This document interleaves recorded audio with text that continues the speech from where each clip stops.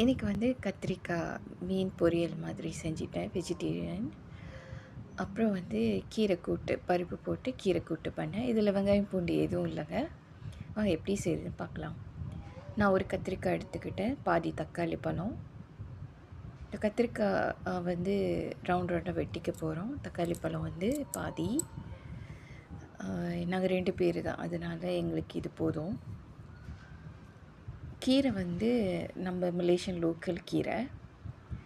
பாதி கீரை எடுத்து வச்சுட்டாங்க. சரியான பூச்சியாக தான் இருக்குது. அலசி எடுத்துக்கிட்டேன். பாதி கீரை எடுத்து வச்சுட்டேன், நாளைக்கு சமைக்கலான்ட்டு. இன்றைக்கி கொஞ்சம் பாதி கீரை. இப்போ வந்து கருவேப்பிலை, காஞ்ச மிளகா 2, பருப்பு, அப்புறம் வந்துட்டு கிராம்பூ, சீரகம் கொஞ்சோண்டு இதை போட்டு வேக வைக்க போகிறேன். போதுமான தண்ணி ஊற்றி கொஞ்சோண்டு இதோடு சேர்த்து மஞ்சள் பொடி, பாபாஸ் மஞ்சள் பொடி போட்டுக்கிறேன். மஞ்சத்தூள் பாபாஸ் மஞ்சத்தூள் போட்டுக்கிறேன். இப்போ கத்திரிக்காய் வந்து ரவுண்ட் ரவுண்டாக வெட்டிக்க போகிறோம். நம்ம மீன் சைஸ் எப்போதும் மீன் ரவுண்டாக இருக்குன்னு, ஸோ அந்த மாதிரி வெட்டிக்க போகிறோம்.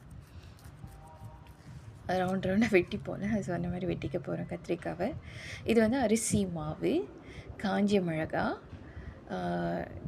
சீரகம், அப்புறம் வந்து மல்லி, சோம்பு, கருப்பு மிளகு இதெல்லாம் போட்டு அரைச்சி மாவோடு மிக்ஸ் பண்ணியிருக்கோம். இப்போ மாவு தண்ணியில் கரைச்சி வச்சுக்கிட்டோம். அதில் கத்திரிக்காய் போட்டு டிப் பண்ணுறோம். டேஸ்ட்டாக இருக்குங்க, நல்லாயிருக்கும், கொஞ்சம் டிஃப்ரெண்ட்டாக இருக்கும். பருப்பு வெந்துருச்சுங்க, தண்ணி வடிச்சிட்டேன். பருப்பு வந்து பருப்பு வந்து மசியலை, அப்படியே போட்டு கீரை கறி வைக்கிறேன். இது மலேசியன் ஸ்டைலுங்க. இப்போ கொஞ்சமாக எண்ணெய் ஊற்றிட்டேன். இதில் வந்து கொஞ்சோண்டு வெந்தயம் போட்டுக்கிட்டேன். ஏன்னா வாயு பிரச்சனைக்கு தக்காளி பழம் போட்டுக்கிட்டேன். பருப்பு அதை போட்டு கிண்டிக்கிட்டேன். இப்போ வந்து இதோடு சேர்த்து கீரை போட்டுருவேன். கீரை போட்டு 2 பச்சை மிளகா போட்டு உப்பு போட்டுருவேன். அது பாட்டு கொதிக்கோங்க. தக்காளி பழம் போட்டேன் பாருங்க, எண்ணெய் கம்மியாக இருக்குதுல. அடுத்த ஸ்டஃப்பில் வந்து மீனை பொரிக்க ஆரம்பிச்சிட்டோங்க. அப்புறம் இது வந்து சோறு.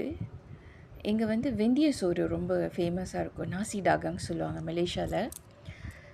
வெந்தய சோறு ஆக்கிக்கிட்டேன்.